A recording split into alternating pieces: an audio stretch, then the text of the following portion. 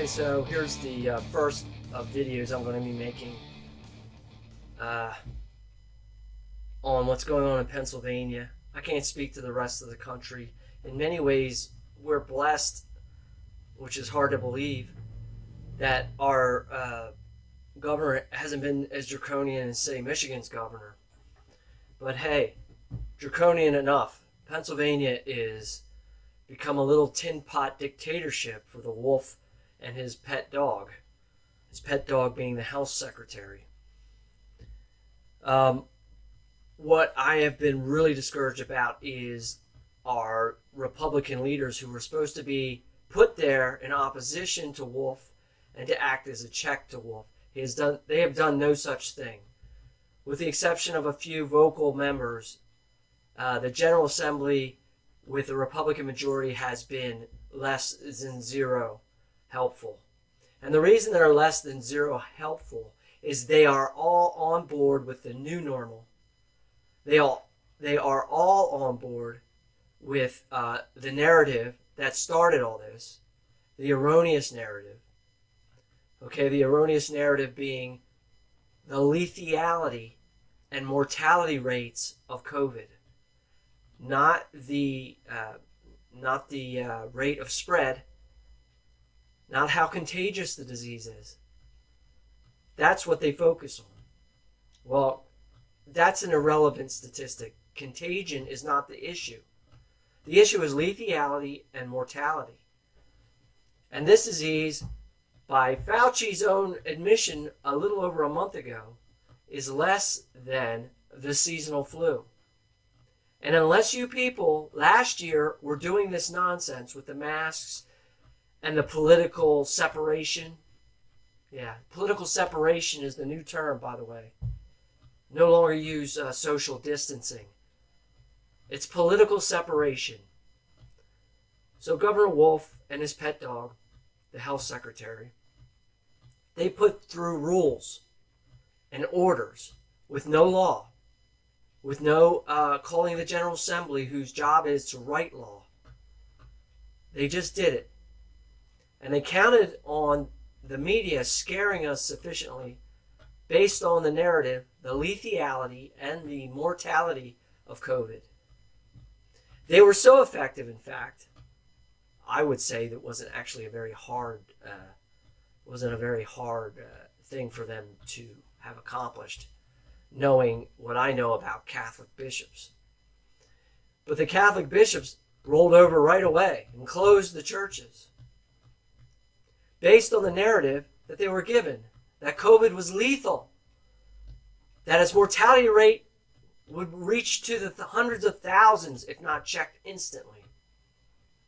When the science of the matter, as it came out and is still coming out and has been proven now, the lethality and mortality rate of COVID is less than the seasonal flu. And so unless for the last 10 years you folks have been wearing masks and been afraid for Uncle Tom and afraid for Aunt Fanny and afraid for your relatives who are at risk, you weren't doing it the last 10 years. You have no business doing it now, because this disease is less lethal than the seasonal flu. So spare me the guilt. If we save one life, it's worth it. But back to my rant. The rant is about the narrative. The narrative is what we have to. The narrative is the disease. The narrative, the false narrative, is the most dangerous thing. And all the way up to Trump, nobody's questioning the narrative. In fact, I am putting this video on BitChute because if you question the narrative, your YouTube videos and your Facebook get shut down. So the narrative is the problem. So I want to take a look at the my representative, David Maloney in Pennsylvania, who I met at the Holy Fair, who promised me he is a check to the liberal and fanaticism of Wolf. But he's been a paper tiger just like all the rest of the Republicans. And Mr. Maloney, as much as I respect the fact that we had a nice discussion at the Holy Fair, you have dropped the ball, sir. And how I know you have dropped the ball is your own webpage. And we're going to take a look at that in a second. Basically, all the Republicans in the State House, in the General Assembly, support the false narrative of lethality and the mortality of COVID. And we'll get to that, how it relates to opening PA. Because in the end of the day, this rant is about opening PA. And we're never going to get open. Not at this rate, not with these clowns in charge. Now, Mr. Maloney's not a clown. I'm speaking about the wolf and his pet dog. But Mr. Maloney is being made the clown, and I hope you hear this, Mr. Maloney. You are being made the chump. So let's take a look at Mr. Maloney's webpage, shall we?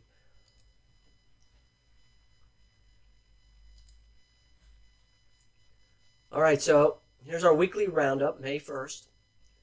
Oh yes, our first responders are going to get all kinds of accolades. Forget all you poor businesses burning and dying out there. You're not heroes. Our first responders. Not that they're not heroes. You know, if you're in a car accident and you get a first responder, he's certainly a hero, or she. But that's not the issue here. During this crisis, do we really need to be doing this kind of stuff? All right, let's go back. So, PennDOT. Here we go. Your poor kids who don't have driver's license, you ain't getting them. So, there's more unemployed people. Oh, you hear us. House actions. Here we go. Help guide state towards safe reopening. Read communist reopening. Safe reopening is communist reopening. This is the narrative. All right? So, yada, yada, yada. Complaint by our Republican, Mr. Maloney. We, I'm assuming he means fellow Republicans, have taken action to bills to reopen construction, which now has happened. To its credit, construction is now open. But, wait. While this piecemeal approach is not ideal, it's helping us move forward to bring the governor's attention to businesses that are clearly capable of operating in there. In other words, we are going to kowtow to you, Mr. Governor. We assume the narrative that you have the authority you have, and we are bowing and begging and for scraps from you and your pet dog. Once you guys are done gnawing with the bones, maybe you'll throw us something. Here's the narrative. We don't have to guess. We can test. Test for what? Test for a non-lethal or less lethal than flu. Can we test for flu yet? You know how you test for flu? You catch the flu. You have the flu. There's your test. Good news and bad news. Oh, the good news is we would help ambulance companies meet staffing requirements. Oh, not the restaurants, not the mom and pop stores, not the shops, not the people selling stuff, not the people who just opened businesses this winter. Nope. We're going to send 40. What is it here? How much is it? Too much, obviously. Okay, so Act 17, 2020. All right, so they're sending money to the ambulances. The bad news is the government vetoed a bill to enhance the availability of telemedicine. Yes, telemedicine is going to save us all. More quarantine, more overreaction to a false narrative. Okay, to help our community's first responders, House Bill 2413 will invest up, here it is, $40 million. That was the figure I was looking for. $40 million in grants. Grants. That's our tax money. Oh, but wait, to help save taxpayer dollars, 2418 will require a comprehensive review of all Commonwealth debt. You know, they take it from the left and give it to the right. The left hand to the right hand, to the right hand back to the left. To address regulations, more regulations, not have regulations. We're going to address the regulations. They require the office of the governor to notify legislative leaders in writing by electronic means, not in writing, when a specific statute or regulation is suspended, modified, or waived under the authority of the emergency order. Oh, just let us know what you're doing next, Governor. We're not going to do anything about it, but let us know. Okay, so questions abound about the state's reopening.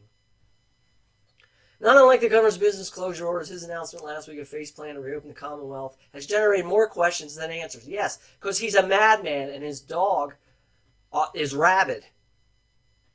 The initial explanation indicated decisions to reopen will be based on case counts. Case counts. We have it. We have proven that these people are lying about the case counts. They were caught with their hands in the COVID jar.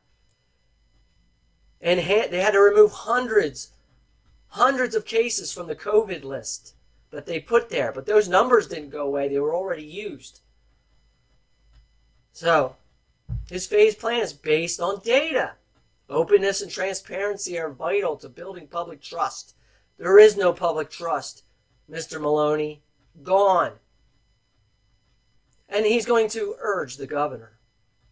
Yeah, just like when we were protesting there Saturday at his house. We're going to urge him. He listened to as much, he's going to listen to us as much as his house listened to us. The house we screamed at on Saturday, which was a good thing, but it'll be just as effective because this guy is a tin pot dictator and his pet dog. So construction industry workers back to work today. Here's the narrative. 6 weeks after being ordered to shut down, oh, these guys are taking credit. This was the governor who did this. They didn't do anything. They didn't do shit for construction workers. They should have done it the second week when they found out the numbers were being skewed. Anyway, our Republicans. 6 weeks after being ordered to shut down, the governor to all businesses in the Commonwealth construction industry are permitted, oh, thank you very much, to resume in-person operations today. This would not have happened without so many of us speaking up. Yes, we know that. But that's why we were supposed to be hiring you. Yes, we know that we had to go out and scream our heads off. And we still didn't get anything but the governor was already going to give us anyway. So thanks for that. I know you're trying to, pump up our egos. But you guys dropped the ball. All businesses and employees in the construction industry must adhere to the Secretary of Health's order. Whose order? The Secretary of Health now is writing law. How about that? The rabid dog. He's writing our laws. All businesses and employees in the construction, according to the Secretary of Health's order, they require, now this is interesting for my next point, they require that every person present at a worksite wear a mask or face covering. Now, in construction work, there's a lot of times where we already have to wear a face mask when we're spray painting or sanding or doing cutting or burning operations. Duh, we know this. This was already the case. So now we got to wear it what? While we're sitting at coffee break. We got to sip our coffee under a mask, right? On a bucket, with sitting underneath tons of girded steel over our heads with our hard hats on, afraid of the flu. Okay, so this is an important line here. Everybody pay attention. All construction projects also must maintain proper political distancing. Yeah, I don't use this term here anymore. Political distancing. And provide hand washing and sanitization stations. Who's footing that bill? The subcontractors, the general contractors, the taxpayers? Who's paying for this? Anyway, so let's take a look. The wear mask, face covering, unless they are enabled for medical or safety reasons. Folks, here's your out. This is the out why you don't have to wear your face mask in Home Depot. Okay, this is your out for why you don't have to wear a mask in any of these stores that are open. If you have a medical condition that says you can't, well, guess what? Everybody has a medical condition that says you can't. We'll get to that in a minute. Okay, so what we have is what I was trying to point out, that the response from the Republicans of Pennsylvania is all based on the narrative. And until the narrative is destroyed, which it should be, because right now it's a lie. At the first weeks, maybe we could all be granted a certain amount of credulity, because we could, hey, we're being told there's something very lethal and with a high mortality rate rolling at us like a steamroller, like a hurricane. So, all bets are off. We got to do this, fine. First week. I didn't buy it first week, but first week, fine. Second week, data coming in. Third week, more data coming in. By now, it's a lie. The lethality and mortality rate of this disease is less than seasonal flu. So you have to live with that. Now, let's go on to masks. All right? So this is my pet peeve. I have not worn a single mask in any store since they, quote unquote, made it mandatory. And you know how? Because they didn't make it mandatory. None of this stuff is mandatory, technically, because the governor cannot write law, nor can his pet dog. Anyway, long story short, I posted some various videos on YouTube and on Facebook where I would enter certain stores. Told them I had a medical condition. They said, fine, come on in. But I look around the stores, everybody's wearing masks. Nearly everybody. In the one grocery store, I had two good friends come up to me and said they were proud I wasn't wearing the mask. And they were, and they took them off while we were talking in the store, and nothing happened to them. Now, the mask is based on so much bad science, so much ridiculous brainwashing, that I don't know where to begin with it. The only way out of the mask is to just stop doing it. It doesn't help anything. And this advice I'm giving will get this kept on BitChute and not on YouTube and on Facebook. Because the mask is a mind control device. It's there to keep you in control and to mark those who are not in control. So when I walk through the store without my mask, security cams or whoever, well, they know there's a guy who's not listening. All right? Similar things were done during World War II, where certain people had to wear certain insignia on their clothing in public by edict, so they could be for the public's safety, for their safety and the public's. Same story. Anyway, I want to talk about reopening PA. You will never open a single restaurant or bar in Pennsylvania as long as the ridiculous mask rule is in place. You must defeat the mask rule. And the first and easiest way to defeat the mask rule is to stop wearing it. But Joe, someone might die. Yeah, someone died last year of seasonal flu. Were you wearing a mask? Do you feel guilty about that? You may have spread it. You may have been asymptomatic for flu and carried it and shook someone's hand. And you weren't politically distancing, or you weren't politically separating yourself from the other person. You gave your best friend, Uncle Tony, a bear hug after seeing him so many years, and he went home and he died of the seasonal flu. How do you feel about that? Of course, you don't know. So the masks are basically a way to keep you sick, keep you in control, and keep you marked, see who you are. The proof of the matter that masks are not mandatory, even for employees, because you saw on my post from David Maloney's own website that the pet dog health secretary, the rabid dog, he himself said you don't have to wear one at work if you have a medical condition. And because of HIPAA laws, you're not required to promote or provide proof that you can't wear the mask because of health reasons. They have to take your word for it. Now, your own employer can come up with his own policy that will require you to wear the mask at work at all times. Nothing can be done. That's why you got to defeat the narrative. If you like working at McDonald's, when this summer comes up, over a grill, with a face mask on, breathing in your own air over and over, sweating into it, if you like that idea, go ahead. Protect Uncle Tony. So, there it is. This is my first rant. I'm going to keep going. I'm going to try and do these every Sunday. Get comments to me somehow. I'm going to link to Facebook, and I'm going to link to YouTube and link to BitChute. Hopefully they won't all get censored, but I would suggest they probably will all get censored. Anyway, have a good day. Try to defeat this. Be brave.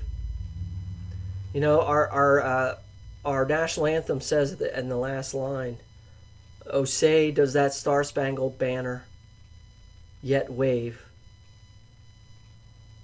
on the land of the free and the home of the brave."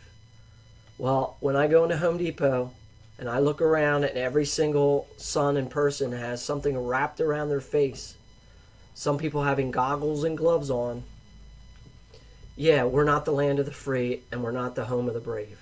Not right now. But that's up to you. You can do it. And to the Republicans in the Pennsylvania General Assembly, get off your ass and save your constituents. Stop lying to us at Ole Fair, where you say you're so tough on this and you're so tough on that. Well, you're not. First chance the wolf had, he blew your house down.